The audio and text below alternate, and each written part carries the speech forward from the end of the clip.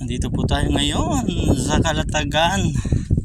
Yan po kung saan pupunta tayo sa Little Boracay na ibitahan tayo ng ating pinsan na galing ng abroad, ng galing USA.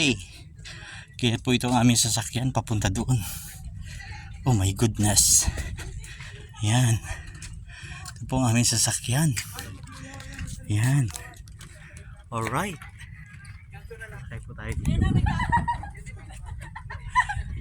Okay.